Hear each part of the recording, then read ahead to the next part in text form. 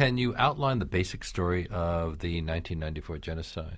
Yeah, basically what happened was that in Rwanda, a country of about 8 million people at the time, in the wake of a civil war that had been going on for a few years, the government, which had been dominated by the Hutu majority, the majority group of about 85% of the population, since independence in the early 60s, became more and more extremist and polarized the population ethnically, and called upon everybody in the Hutu majority to join in killing everybody in the Tutsi minority. And in the course of 100 days, beginning in early April of 1994, at least 800,000 people were put to death, largely by civilian killers whipped up into killing mobs by their leadership. So that's 10% of the population. Yeah, it was a true decimation. And in the immediate aftermath, the killing was brought to a halt in the absence of international action by a rebel group called the Rwandan Patriotic Front, led by General Paul Kagame.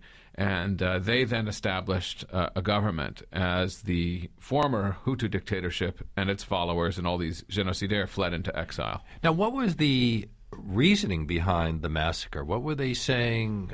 What were they telling people the reasons for going out and killing their neighbors? Essentially, it's always presented in somewhat utopian terms, a massacre or a genocide of this kind. You don't say, let's all go commit horrendous crimes, capital crimes together and murder all of our neighbors whom we have nothing against. You say, let's put an end for once and for all to this terrible problem that has plagued us, these Tutsis who threaten us. And the idea was this was at a period when multi-partyism had been introduced into Rwanda under international pressure. And the Hutu dictatorship was suddenly facing fragmentation in the Hutu political body politic. And so how do you unify the Hutus? Always by the resort to a common enemy. And so they basically were always saying, either you're with us or against us. Either you're a Tutsi lover or you're one of us. And so it was largely to unify the Hutus into this whipped-up mass. And there was a long tradition of it. It had been going on for 50 years pretty nearly by then.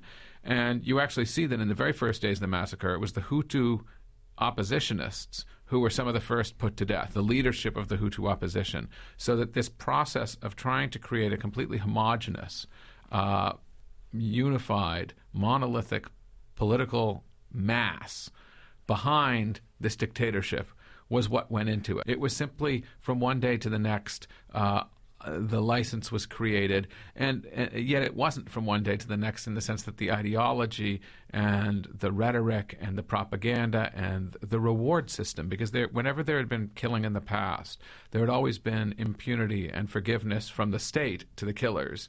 And there had also been rewards. You got patted on the head if you were a mayor and your community killed some Tutsi.